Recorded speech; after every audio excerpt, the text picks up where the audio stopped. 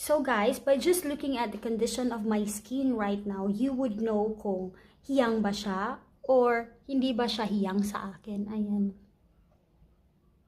1, 2, 3, let's go!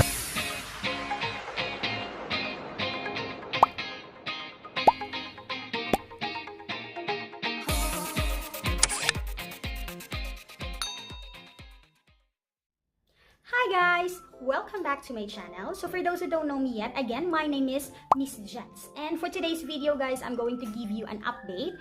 At the same time, I'm also going to give you my feedback and review of using the product Her Skin Secret Glow. Oops, ito. Ayan. And I used it for 3 weeks since it's almost a month na. And then nag-rest na ako ng 1 week. March 1 until March 5 or March 6, and then I started using it. So as you can see right now, I am using a natural light, so no ring light, just the natural light. It's 11 a.m. here in Thailand right now. Today is March 28, 2022, and this is my face right now. No filter. Na cheek tint lang ako, konti, and then lipstick, and then kilay. Then that's it.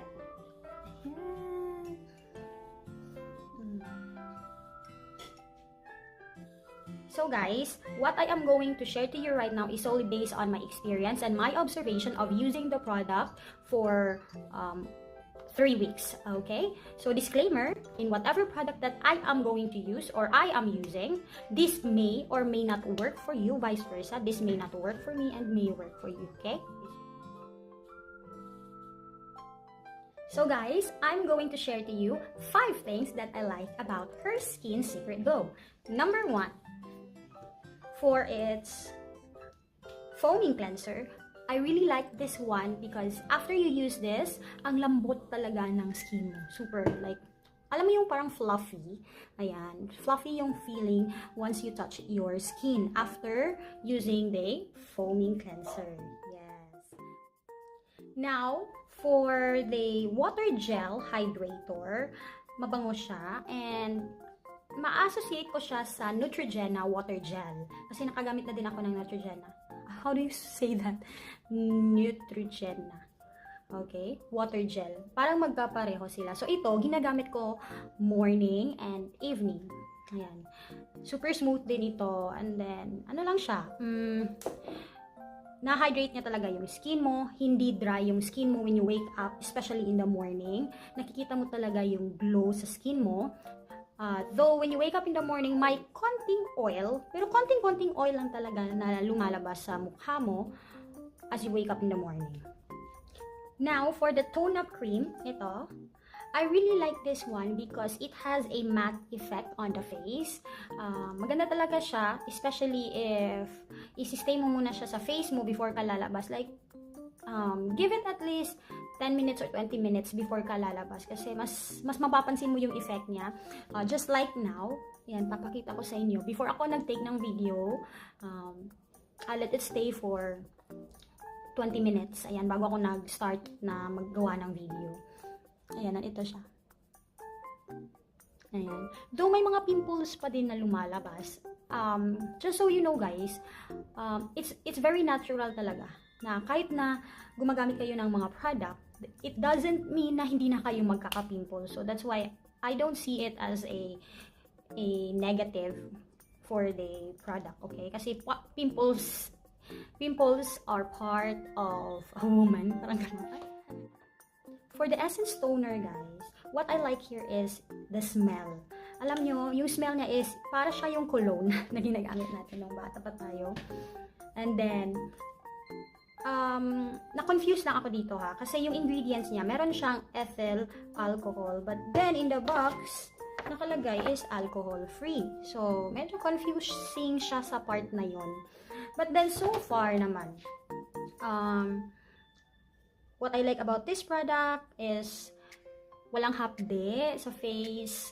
Ano lang, para lang siyang tubig na may smell, may bango. O, ganon. And And for the overall talaga, your overall effect ng product na na-notice ko, and what I really like is that no whiteheads, no blackheads build up. Dito talaga ako believe talaga. I really like it because mostly talaga, after using a Rejuset, tapos naghanap ako ng any maintenance set or any na gagamitin ko for maintenance, okay? Nagkaka-blackheads talaga ako. Siguro parang side effect siya sa paggamit ng Rejuset, di ba? But, di ba yung claim ng product na ito is perfect for people who have just finished using the rejuvenating set to preserve the barrier and protects the skin. So, I really like it because I feel like my skin is really protected after using the Her Skin Revita Glow. Ayan. Meron pa naman din namang mga pimples, but for me, it's natural. Ang importante lang is hindi siya mag-break out.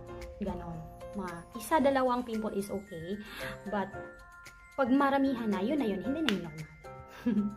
So, those are the things that I really like about the product. Yung blackheads talaga, yung whiteheads talaga, I really like it because walang ganong build up sa skin. So, after mo paghilamos mo pa lang, ang sarap na sa feeling kasi ang fresh at saka ang linis talaga. Ang linis ng feeling sa mukha. Ganon. Hindi ko naman masasabing downside. Isa lang. Hindi ko naman masasabing downside. But I think it has something to do with my skin type. Kasi ang skin type ko, again, it's oily, sensitive skin. So, sa paggamit ko ng product from the morning, and then, afternoon, paghapon na yan, medyo oily na talaga yung skin ko. Like, labasan na talaga yung oiliness sa mukha ko, ganon. So, yun lang siguro yung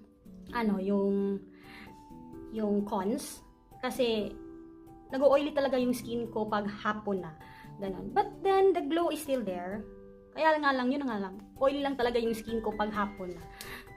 But I'm still thankful kasi usually pag maraming oil na lumalabas sa mukha, ang kasunod niyan is pimple. But then, di naman ako nagka-pimples. Konti-konti lang. Okay lang yun. Ma-accept ko lang yun. And so, that's it guys. So far, maganda naman yung review ko sa product. So, kung ako ay tatanungin kung gagamitin ko pa ba ulit ang product na to, yes, I would still love to use this one. Ito nga lang yung foaming cleanser, ang daling maubos. Given na ginagamit ko din naman siya oftentimes. Okay, so, yep guys, that's it guys. My final verdict of the product, if I'm going to rate it from 1 to 10, so probably it's 9 out of 10. Maganda naman kasi talaga yung product. Okay, so kudos to Miss Kat Melendez for having this wonderful product na suitable siya sa lahat, especially yung sa mga taong hindi masyadong sanay sa mga concentrated product.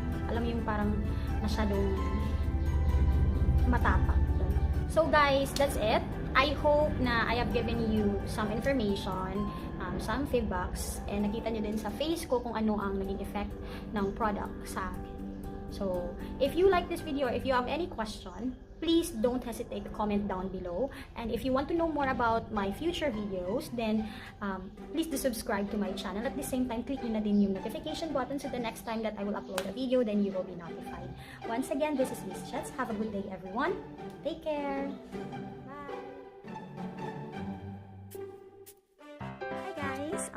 Today is March 19 and it's been 2 weeks since gumamit ako ng Secret Glow by Her Skin. So, I'm gonna give you a 24-hour test of the product. So, starting tonight and then tomorrow when I wake up until the afternoon, I'm gonna give you an update about this product. Ayan, so right now, ay may naglabasan ng mga pimples. In this part, ito meron ako. So as I've said, I'm going to give you an update for the whole day. Today is March 20 and it's 9:30 in the morning, so kakagising ko lang. And this is my face. Ayan, ito yung pimple na sinasabi ko kagabi. Ayan. Fresh yun. Just ayan.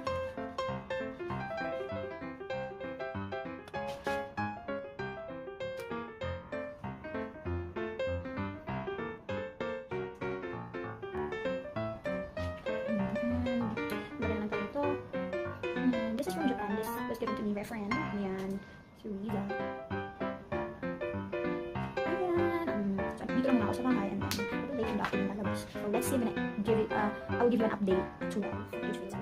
in the afternoon. And this is my face right now. Ayan, so medyo messy talaga yung hair ko kasi nagpunta kami ng Tesco earlier. Bumili ng mga pagkain kasi mag-lumpia ako. Ayan. Check ito. And then, may konting. Actually, halos wala na. 1 p.m. yan. Guys, it's 8:10 in the evening and andito lang naman ako sa bahay. Nakapagluto na ng lumpia. Nagluluto. Lumabas ang dali. Bumili ng lumpia wrapper. Ito naman ginawa ko ng kain. So, ganun din lang. Ito na pala. Medyo oily. Ayan. Oily na yung face ko. Ayan. Diba? Oily na yung skin ko. Ipapakita ko sa inyo yung other side. Yan. Wala yung